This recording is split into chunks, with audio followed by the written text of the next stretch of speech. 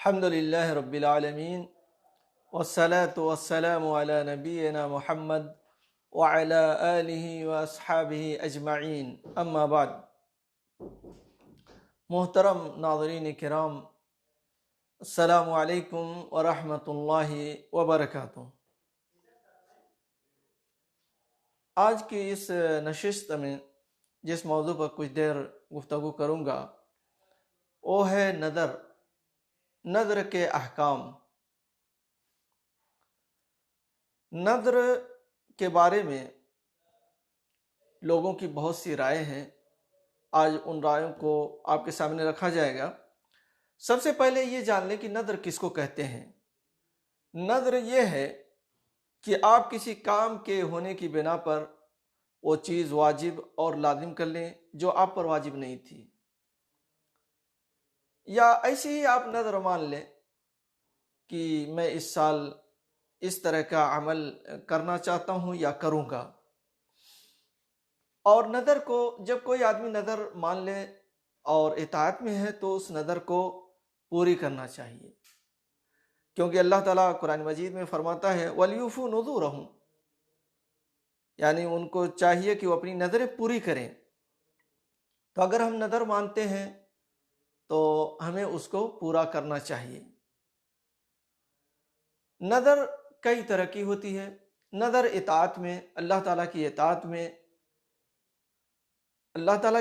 میں، اگر آپ نے نذر مانی ہے تو اسے پورا کرنا چاہیے۔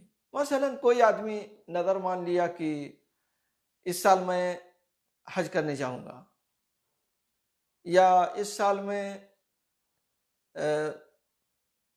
1 مہینے کا روزہ رکھوں گا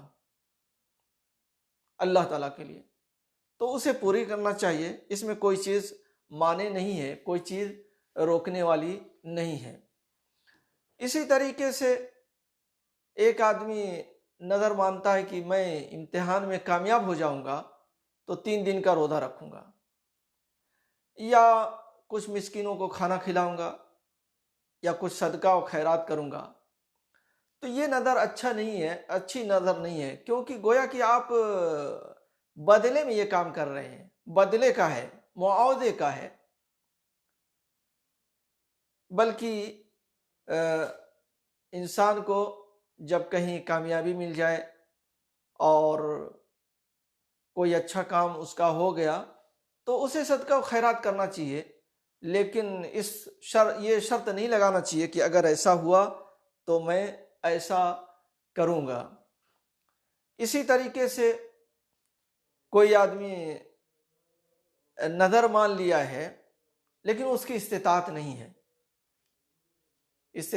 ہے تو نذر کو پوری نہ کرے اور اس کی جگہ پر قسم کا کفارہ دے دے، یعنی 10 مسکین کو کھانا کھلانا یا ان کو کپڑا پہنانا،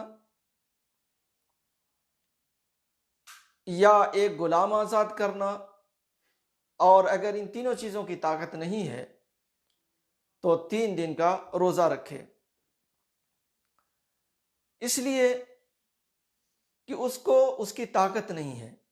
اللہ کے نبی صلی اللہ علیہ وسلم ایک آدمی کو دیکھتے ہیں کہ وہ اپنے 2 بچوں کے ساتھ لے کے جا رہے ہیں، یعنی ان کو سہارا دے رہے ہیں وہ لوگ اور ان کو لے کے جا رہے ہیں۔ ان النبی صلی اللہ علیہ وسلم رأى شیخا یحاذ بین ابنیہ فقال ما هذا قالوا نذر ان یمشی قال ان اللہ ان تعذب هذا نفسه لغنی وامره ان يركب او كما قال صلی اللہ علیہ وسلم۔ یعنی اللہ کے نبی صلی اللہ علیہ وسلم ایک آدمی کو دیکھتے ہیں کہ اس کے 2 بیٹوں کی مدد سے لے کے جایا جا رہا ہے، تو آپ نے پوچھا یہ کیا ہے؟ تو لوگوں نے بتایا کہ انہوں نے نذر مانی ہے کہ یہ اسی طریقے سے چلیں گے، پیدل جائیں گے۔ تو آپ نے فرمایا اللہ تعالیٰ اس کے اپنے نفس کو عذاب دینے سے بے پرواہ ہے، آپ نے اسے سوار ہونے کا حکم دیا۔ یہ بخاری کی روایت ہے۔ تو اگر کوئی آدمی استطاعت نہیں رکھتا ہے تو اسے چاہیے کہ وہ اس کی جگہ پر کفارہ دے دے اور اس نظر سے الگ ہو جائے، اگر اس کی استطاعت نہیں ہے تو، اور اگر استطاعت ہے تو اسے پورا کرنا چاہیے، اور ورنہ اسے کفارہ ادا کرنا چاہیے۔ اسی طریقے سے کسی نے نظر مانی کہ میں فلاں جگہ فلاں کام کروں گا، تو اگر کوئی معنی نہیں ہے تو اسے اپنی نظر پوری کرنی چاہیے۔ نبی صلی اللہ علیہ وسلم کے زمانے میں ایک صحابی نے نظر مانی کہ میں بوانا مقام پر ایک اونٹ ذبح کروں گا، ایک اونٹ کا نحر کروں گا، ذبح کروں گا۔ تو اللہ کے نبی صلی اللہ علیہ وسلم نے صحابہ سے پوچھا کہ وہاں پر جاہلیت میں کوئی بت وغیرہ تو نہیں تھا؟ تو صحابہ نے بتایا کہ نہیں۔ پھر آپ نے پوچھا وہاں پر کوئی میلہ وغیرہ تو نہیں لگتا تھا؟ تو صحابہ نے کہا کہ نہیں، ایسا بھی نہیں تھا۔ تو اللہ کے نبی صلی اللہ علیہ وسلم نے فرمایا جاؤ اپنی نظر کو پوری کرو، نظر کو پوری کرو۔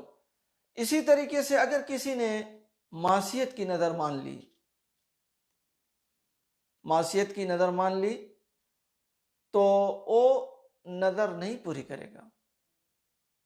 مثلا کسی نے نظر مان لی کہ میرا بیٹا سعودی عرب سے آئے گا تو فلاں قبر پر ایک بکرا ذبح کروں گا اور لوگوں کو کھلاؤں گا، تو یہ نظر معصیت کی نظر ہے، شرکیہ نظر ہے، اسے اس آدمی کو پورا نہیں کرنا ہے۔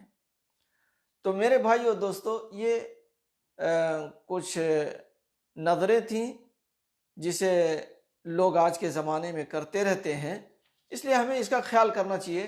اور نظر کوئی بہت ہی اچھی چیز نہیں ہے، کوئی اچھی چیز نہیں ہے، اس لیے کہ اللہ کے نبی صلی اللہ علیہ وسلم فرماتے ہیں کہ نظر کسی یعنی تقدیر کو نہیں بدلتی ہے، نظر تقدیر کو نہیں بدلتی ہے۔ اللہ کے نبی صلی اللہ علیہ وسلم فرماتے ہیں لا تنظروا فإن النظر لا يغني من القدر شيئا وإنما يستخرج به من البخيل۔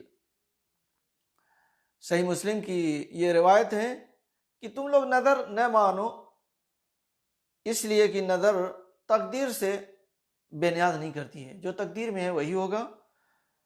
وَإِنَّمَا يُسْتَخْرَجُ بِهِ مِنَ الْبَخِيلِ، بلکہ نظر ماننے سے تو بخیل کا پیسہ نکلتا ہے، یعنی یہ ایک سبب ہے، بخیل آدمی خرچ نہیں کرتا ہے تو اسی بہانے اس کا پیسہ اس سے نکلتا ہے۔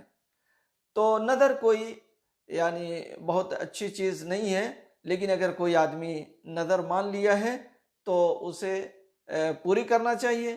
اگر وہ نظر معصیت میں نہیں ہے، تو اللہ تعالیٰ کی نافرمانی میں نہیں ہے، تو اس نظر کو اسے پورا کرنا چاہیے، اور اگر نافرمانی میں ہے تو پھر اس کو پورا نہیں کرنا ہے اور اس کو قسم کا یعنی کفارہ دے دینا ہے۔